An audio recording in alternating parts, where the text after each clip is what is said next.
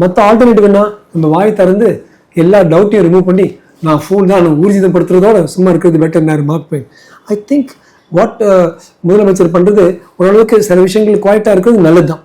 எல்லாத்துக்கும் எல்லாரும் பதில் சொல்லி தான் ஆகணும், அது தேவையே இல்லை. ஸோ ஒரு விஷயம் வந்து திருவள்ளுவர் வந்து பயங்கர பொலிட்டிசைஸ் பண்ணிட்டாங்க. இன்னைக்கு ஆக்சுவலாக இந்த 1 மணி நேரத்தில் வெறும் திருவள்ளுவரை பற்றி நான் பேச போகிறேன். எந்தெந்த குறளில் வந்து அவர் திருமால்னு சொல்லியிருக்காரு, தாமரை கண்ணன் உலகுன்னு சொல்லியிருக்காரு. அட்லீஸ்ட் ஒரு 15-20 திருக்குறள்களில் ரொம்ப தெளிவாக திருமால்ங்கிறது யாரு, பெருமாள், திருமால் அவ்வளோ கிளியராக இருக்கு. அது இது தாமரை கண்ணனுங்கிறது கண்ணன், இந்திரன் சொல்லியிருக்காரு. ஸோ இது முருகனுடைய மாமனார், தேவயானையோட அப்பா தான் இந்திரன்.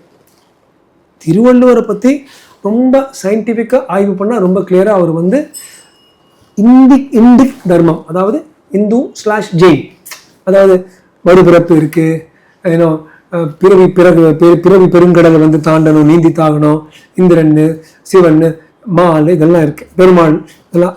அதை பற்றி நம்ம தனியாக பேசுகிறோம். அந்த பொலிட்டிசைஸ் பண்ணுறத முதலமைச்சர் சும்மா இருக்கிறதுனால மற்றவங்க வந்து இது ஜாயின் பண்ணி இது கலாட்டா பண்ணி எப்படி ராமனுடைய படத்துக்கு வந்து செருப்பு மாட்டி எடுத்துகிட்டு போனாங்களோ, இது எனக்கு எப்போவுமே கேட்கும்போது கூச்சமாக இருக்கும். 40,000 கோயில்கள் இருக்குது தமிழ்நாட்டில். ராமனோட படத்தை வந்து செருப்பு எடுத்துகிட்டு போனார் பெரியார். நல்ல காலம் விஜய் வரும்போது என்ன சொன்னார், மற்றபடி நான் ஈவேரா பெரியாரை ஃபாலோ பண்ணுவேன், ஆனால் அந்த கடவுள் நம்பிக்கை இல்லைன்னு சொன்னார், அதில் நான் ஃபாலோ பண்ண மாட்டேன் முதலமைச்சர் சொன்னது ரொம்ப நல்ல விஷயம். அது இதுலேயும் கொண்டு வர்றார்.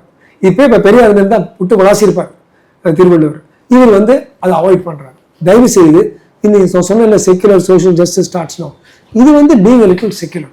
என்னை கேட்டால் இன்னும் ஒரு ஸ்டெப் மேலே போய் நம்ம மற்றவங்களை பற்றி பேச வேணாம்னு சொல்லியிருக்கான். ஏன் இவர் சொன்னார்ல, நம்ம உதய சனாதனத்தை ஒழிக்கணும், அப்போ எடுத்து வேற தர்மத்தை பற்றி நம்ம தப்பு பேச வேணும்னு சொல்லியிருந்தாருன்னா அந்த 65-70% ஹிந்து சனாதனிஸ் அத்தனை பேரோட மனசும் முதலமைச்சருக்கு போயிருக்கும்.